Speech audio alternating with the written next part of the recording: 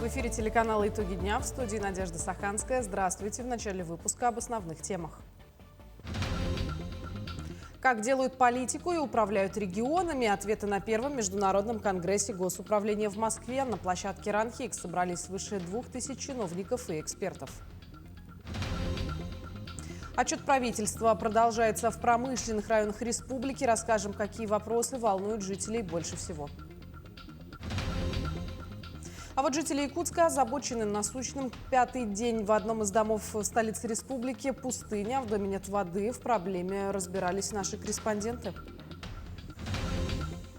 Представлен логотип Года культуры в Якутии. Автором логотипа выступил ветеран специальной военной операции Ростислав Павлов. Якутск впервые принимает первенство Дальнего Востока по художественной гимнастике. В течение 5 дней на ковре выступят около 250 спортсменов.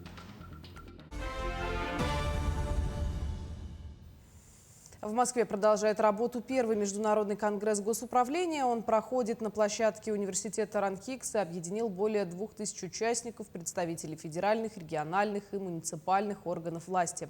Какие темы подняли на конгрессы? Все подробности в материале Айсены Бурнашовой.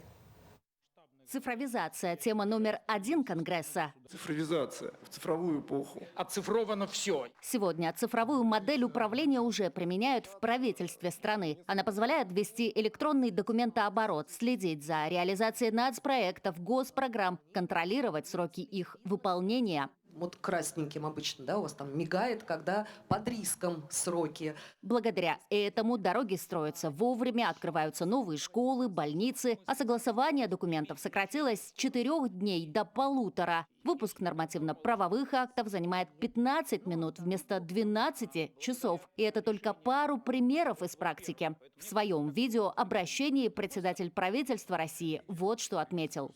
Надо постоянно совершенствовать и систему оказания государственных услуг гражданам с учетом их мнения и оценки, чтобы все процедуры были простыми и понятными, без лишних справок, посещений, ожиданий, но и не занимали много времени. Заданный вектор ускоряет и искусственный интеллект. Так, в Якутии ИИ помогает местным органам власти быстро реагировать на обращения граждан. Платформа «Обращайся» анализирует запрос, предлагает возможные решения и формирует ответ буквально за пару минут. На уровне органов местного самоуправления достаточно серьезный кадровый голод, нехватка высококвалифицированных специалистов, имеет место быть. И тоже оформление писем, к сожалению, занимает достаточно много времени. А вот с появлением такого помощника это можно сделать буквально за пару минут. Фундаментальные изменения и в кадровой службе страны. С 2017 года 1000 новых управленцев появились благодаря конкурсу «Лидеры России». А на сегодняшний день? На сегодняшний день в России действует система, когда любой человек может попасть в школу губернаторов, в школу мэров, в школу заместителей губернаторов. Госслужба открыта и для участников СВО, участников программы «Время героев». За 2 года назначения на высокие посты получили более 70 человек. В их числе и уроженец Якутии, герой России Николай Соболев. Он стал помощником главы республики по вопросам подготовки кадров для экономики. Патриотизм, который есть в этих людях, он, конечно, должен быть движущей силой нашей страны.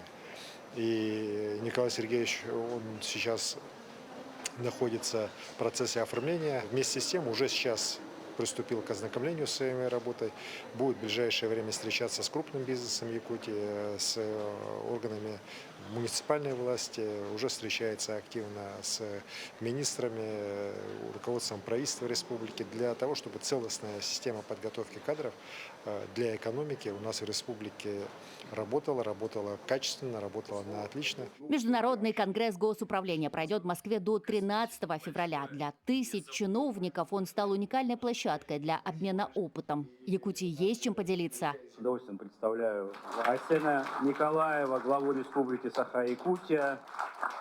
Госслужба во все времена была и остается служением людям. Работа сессий продолжается. Айсена Бурнашова, Виктор Олесов, Москва. Возможности нового морского порта Найба в Якутии могут использовать для возведения самой северной в мире атомной станции малой мощности. Порт Найба в Булунском районе станет глобальным транспортным хабом, позволит нарастить грузопоток и свяжет отдаленные районы республики с Северным морским путем. На реализацию проектов арктической зоны СМП со стороны ВТБ уже выделено 700 миллиардов рублей. Отчет о работе правительства Якутии стартовал в Нерюнгринском районе. Руководители министерства и ведомств региона во главе с председателем правительства Кириллом Бычковым проводят выездные встречи с населением. Сегодня 2 рабочие группы встретились с жителями 5 поселений района. Наши коллеги подробнее расскажут о работе в поселке Чульман, который в этом году отмечает свое столетие. Председатель правительства Якутии начал рабочую программу со строительных площадок новой школы поселка Чульман и 3 многоквартирных домов для переселенцев. Программа переселения остается одним из приоритетных направлений работы правительства. В ходе осмотра Кирилл Бычков обратил внимание на отдельные замечания по качеству выполнения работ, которые поручено устранить подрядной организации в кратчайшие сроки. В поселковом доме культуры прошел прием населения по личным вопросам и сам отчет исполнительных органов государственной власти. Чульманцы всегда особенно активны на отчетах. Многих волнуют вопросы жилищно-коммунального хозяйства и энергетики. В поселке стало холодно, люди стали замерзать. Люди увольняются с ТЭЦ. Ремонты там не проводятся, то есть деньги не выделяются на ремонты. Лето красное пропели, теперь пожинаем плоды. Перетопы. Я вам скажу, есть информация у нас, наш депутат, она председатель ТСЖ Островского, 15. У них подача дает 120-130 градусов на входе в дом. Это не соответствует температурному графику. У людей плавятся пластиковые трубы, деформируются. На каком основании они дают такую температуру? А потом они выставляют перетопы.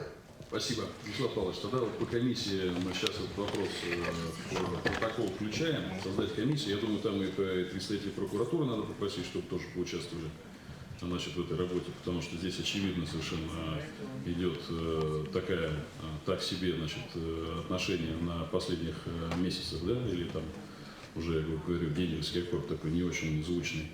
Вот. И, соответственно, вместе с жителями все по этим проблемам пройдем, во всяком случае, чтобы обеспечить технически, значит, снять риски следующего отопительного сезона. Но, кстати, этот еще не завершен, поэтому тут еще и здесь мониторинг. Строительство новых котельных в поселке Чульман решит множество проблем. В этом году совместно с районной администрацией, с поселком Чульман мы проведем большую работу, связанную с разработкой технического задания, дорожной карты реализации строительства объектов тепловой генерации. По количеству мы определимся, сколько котельных мы будем строить. Безусловно, это будет связано с реконструкцией, модернизацией существующих тепловых сетей поселка Чульман для того, чтобы минимизировать потери и обеспечить, прежде всего, надежность предоставления теплом наших потребителей. Позитивным моментом стали также обращения по вопросам здравоохранения. Если ранее у чульманцев было много претензий по предоставлению медицинских услуг, то сегодня жители отмечают улучшения в этой сфере и благодарят за развитие медицины в районе. Отчеты продолжаются во всех поселениях Нерюнгринского района и завершатся итоговым отчетом в городе Нерюнгри 13 февраля. Екатерина Павлова, Андрей Гаянов, Нерюнгри. А в Ленском районе рабочая группа во главе с Ольгой Балабкиной посетила Бичинчинский наслед, где было доложено об итогах деятельности исполнительных органов власти за 2025 год. В своем выступлении зампред правительства отметила, что в Ленском районе в плановом режиме строится дорога Мухтуя. В этом году будет установлен пост.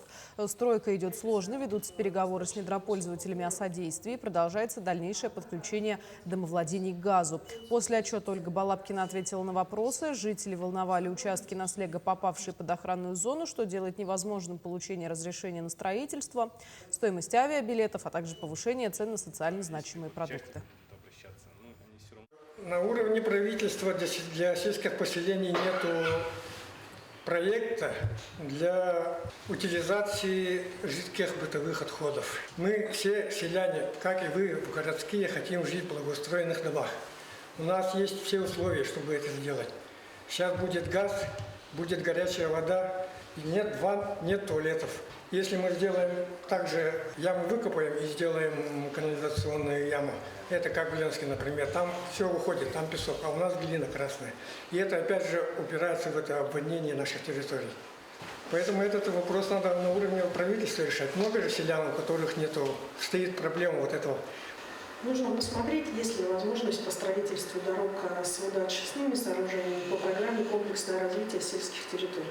Конечно же, вот сейчас при приводе газа, конечно же, решения какие-то автономные решить, их нужно искать. Все вместе садиться, искать, и я думаю, что это вот по строительству КОСов, да, самих по себе, канализационных очистных сооружений, есть федеральная программа, она требует первоначального вложения по проектированию, нужно смотреть. Пятый день, и один из домов в Якутске сравним с пустыней. В доме нет воды, жители не могут удовлетворить базовые человеческие потребности, не умыться, не сходить в туалет. Кто виноват и что делать, разбиралась Ржена Гармаева. Каждую зиму жильцы дома по улице Очеченко ждут со страхом. Опыт прошлых лет показал, наступление морозов – это практически синоним коммунальных аварий. А течи труб вошли в порядок вещей. А теперь пробито новое дно. Уже 5 дней все 12 квартир отрезаны от водоснабжения. Как перемерзла теплотрасса, которая идет через соседнюю базу. Мы, получается, с ним в связке одной бойлерной. Все коммуникации у нас с ним связаны. Мы не можем отдельно от него жить. Теплотрасса, 160 метров теплотрассы холодной воды проходит через его территорию. Она перемерзла, вся лопнула. Ее обслуживать никто не хочет. Ни водоканал, водоканал отказывается, управляющая компания отказывается. Дело в том, что раньше дом и прилегающая к нему автобаза были одним целым и принадлежали МЧС. Когда здание перестало быть ведомственным, квартиры приватизировали, а база, на территории которой располагается управление всеми коммуникациями, отошла в частные руки. Но никто не подумал, что все совместные сети, и тепло, и вода, и канализация не подключены к центральным трассам. Значит, никто не несет за них ответственности. Какое-то время, пока, конечно, это все не изгнило, проблем не было, поэтому мы этого и даже сами не знали, тут девушки, все равно женщины, да. Со временем трубы прохудились и начали заливать гаражи собственника базы. Тогда хозяин просто перекрыл воду, а труба, которую все-таки пытались починить работники управляющей компании, замерзла, потому что ее просто-напросто не накрыли утеплителем. Здесь легко упрекнуть частника, но... Он тоже жертва в этой ситуации. Вот эта труба, которая с холодной водой в данный момент, она перемерзла вся, 160 метров, она ему, по сути, вообще не нужна. Он ее может обрезать и выкинуть. Из-за нас, только из-за нас. Вот он что-то там делает, сам тоже пытается, какие-то хомыты, он куда-то звонит, куда-то бегает, что-то пытается добиться, да. Бесполезно. Все отписываются.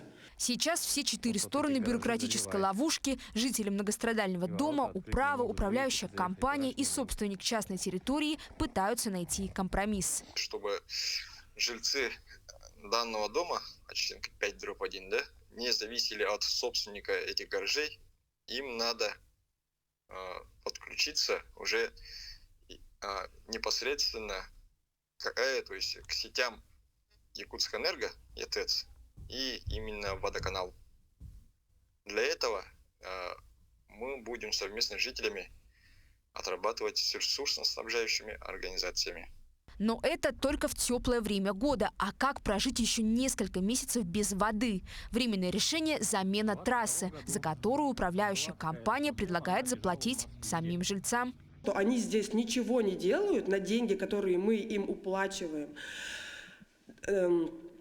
Не могут нам вот эту трубу поменять.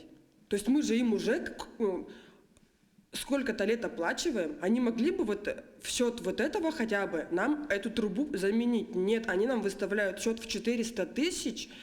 И это только монтаж и демонтаж без учета материала. Чисто юридически в возникшей ситуации никто не виноват, но бороться с ее последствиями приходится всем. Сейчас главные жертвы – жители, решают, как им быть, и планируют написать обращение в прокуратуру. Ржена Гармаева, Виктор Дичковский, Якутск.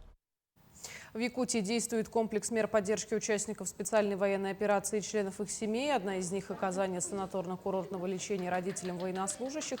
Льгота предоставляется один раз в 3 года в виде денежной выплаты в размере стоимости путевки, но не более 60 тысяч рублей за 14 календарных дней.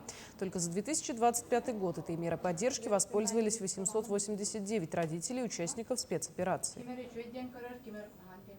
Быть воином, жить вечно. Для отцов, потерявших сыновей на СВО, прошел мастер-класс по изготовлению традиционного якутского ножа. Его провел народный мастер кузнечного искусства республики Василий Попов Дархан Ус. Подробности в следующем сюжете. Активная работа над изготовлением ножей развернулась в скромной временной мастерской Василия Попова. Тем не менее, здесь есть все необходимое для ковки – от печи горна и наковальни до шлифовальных станков.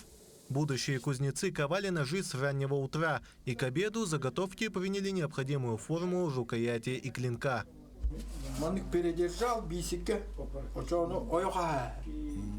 Для людей, которые первый раз увидели, это, конечно, сложно.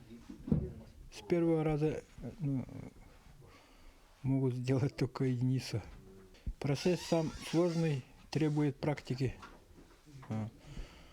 Много раз, наверное, ковать надо, потом еще закалку прочувствовать и отпуск самое сложное. Василий Степанович занимается кузнечным делом на протяжении почти 20 лет. Опытный мастер показал всю технологию от А до Я. Под его чутким руководством отцы прошли несколько этапов ковки. Разогрев заготовки в печи горне, работа на наковальне, а после шлифовка, заточка, полировка клинка и закаливание стали.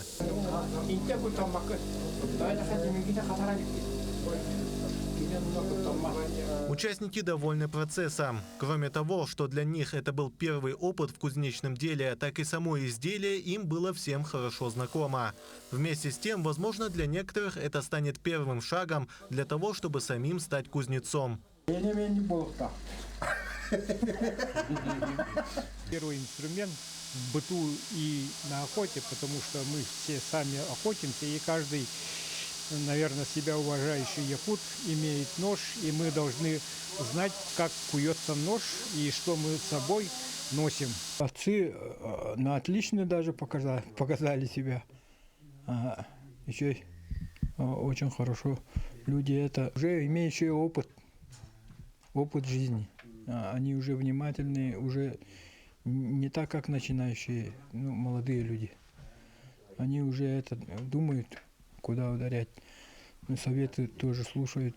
Для всех участников мастер-класс стал важным и запоминающимся событием. Каждый отец не только познакомился с основами изготовления якутского ножа, но и смог создать свой собственный уникальный инструмент. Такой нож – это не просто предмет, а гордость, которая останется с ними на память. Этот мастер-класс объединил и вдохновил, и стал еще одним шагом к сохранению культурных традиций.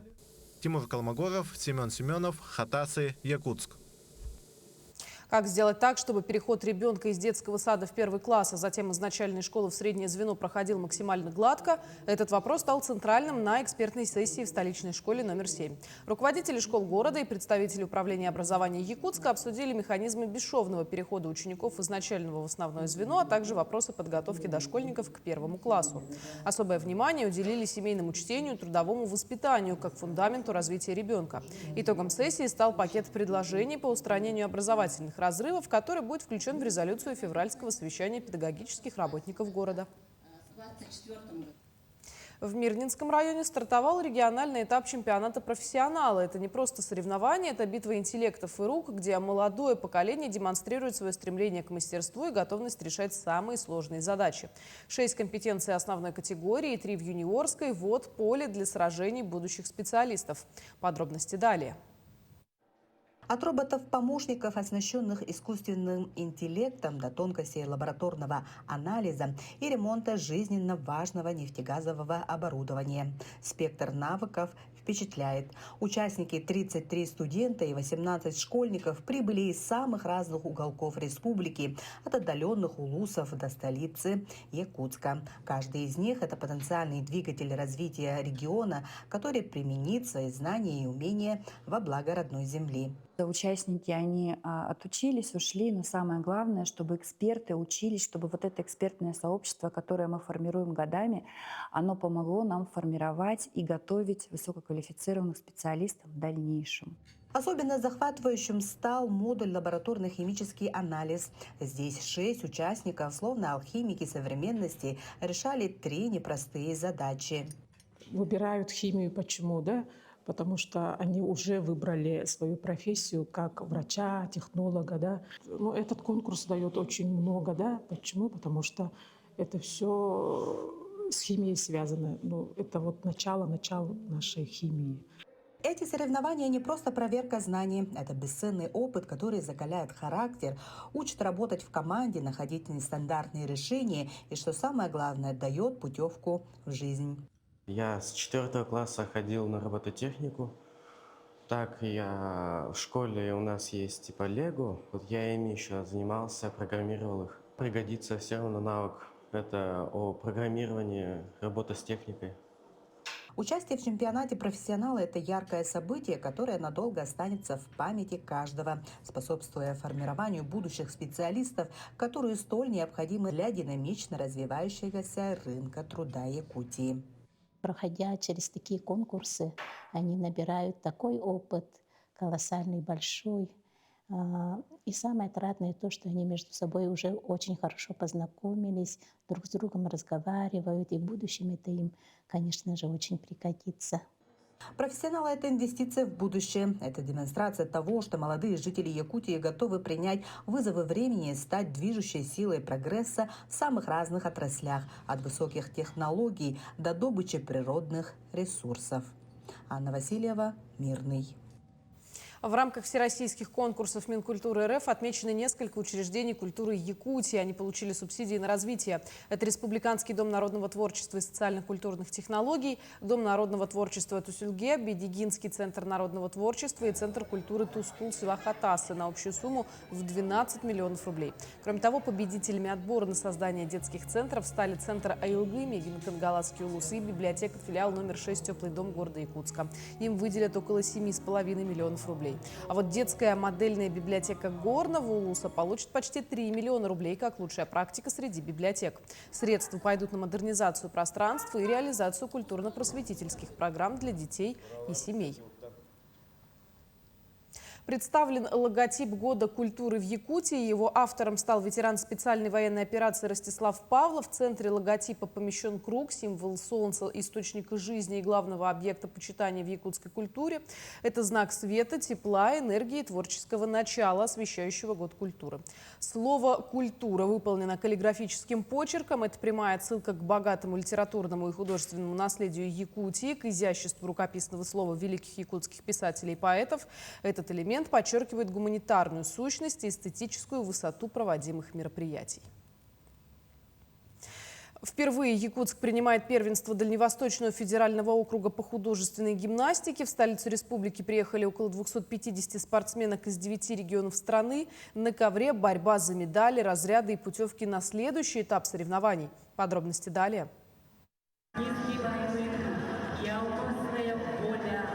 Под сводами спортивного комплекса собрались гимнастки из регионов Дальнего Востока. Якутия выставила одну из самых представительных команд. Всего порядка 40 гимнасток. В составе 10 кандидатов в мастера спорта, 10 спортсменок первого разряда, а также команда групповых упражнений, 2 команды САХА-1, САХА-2 у нас по КМСам.